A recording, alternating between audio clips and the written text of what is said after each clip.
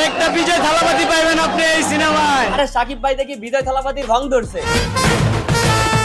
সাব্বাস পাইকনা সাব্বাস। সাকিব খানের প্রিন্স থেকে কেউ বলতেছে পুরাই আগুন আগুন আগুন, আবার কেউ বলতেছে পুরাই একটা ভুয়া সিনেমা।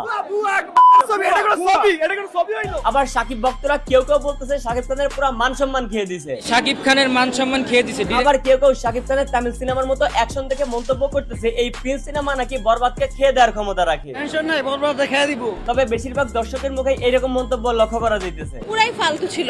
এই সবের পিছনে কয়েকটা কারণ আছে, বলি। বলো বাবাজি। প্রথম কথা হইতেছে দেশে বিদেশে আর নায়িকা নাই, আপনার নাটকের অভিনেত্রী নিয়ে এসে নায়িকা বানাই দিলেন।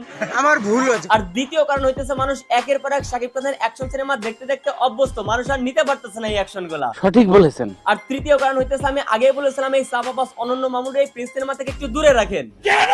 সাকিবের প্রিন্সের শো বন্ধ, হল ভাঙচুর করে নির্মাতাকে খুঁজছেন দর্শকরা। এর কারণ হচ্ছে অন্তত 50টা হলের সময় মতো সিনেমা ডিস্ট্রিবিউশন করতে পারে না এই সাবাবাস অনন্য মামুন। এটা কোনো কথা? সালাম্মা, কথা হচ্ছে একটু খেয়াল করেন, এই যে সাকিব ভাইয়ের হাতে যে মেশিন গানটা রয়েছে এখানে গুলি বাড়ানোর ছিদ্র না থাকায় এটা নিয়ে আমি আলাদা একটা ভিডিও করেছিলাম, সেখানে আপনারা আমাকে নিয়ে মন্তব্য করেছেন আরে পাগল গর্দভ সিনেমাটা মানে কি আগে সেইটা শিখে। সিনেমা আর বাস্তব কখনোই এক জিনিস নয়, এটা যদি বুঝতি তাহলে এটা নিয়ে এত ফাতরা পেছাল পারতি না।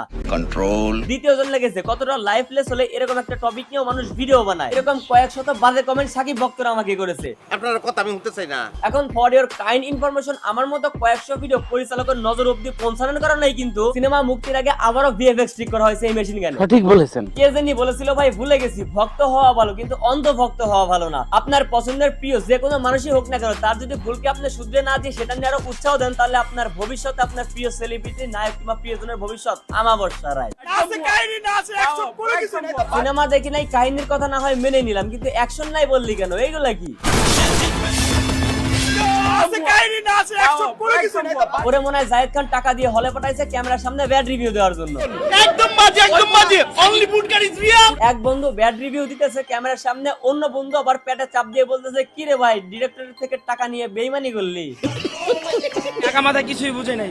ধর বেটা, সিনেমার আগা মাথা খুঁজলে হবে, তোর নিচের আগা মাথা ঠিক আছে নাকি ওইটা আগে চেক কর। আবার আমাদের আরেক ভাই সিনেমা হল আসছিল গার্লফ্রেন্ড নিয়ে একটু টেপাটেপি করার জন্য, কিন্তু কে জানি ভুল করে সিনেমা চালাই দিছে, ব্যাস ভাইজানের অর্ধেক মাথা খায়া ফলাইছে। মাথাটা খেয়াল আছে মি অর্ধেক।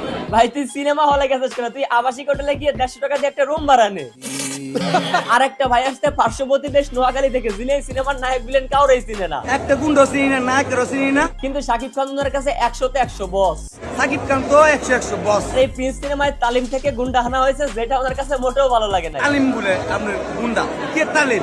কে তালিম?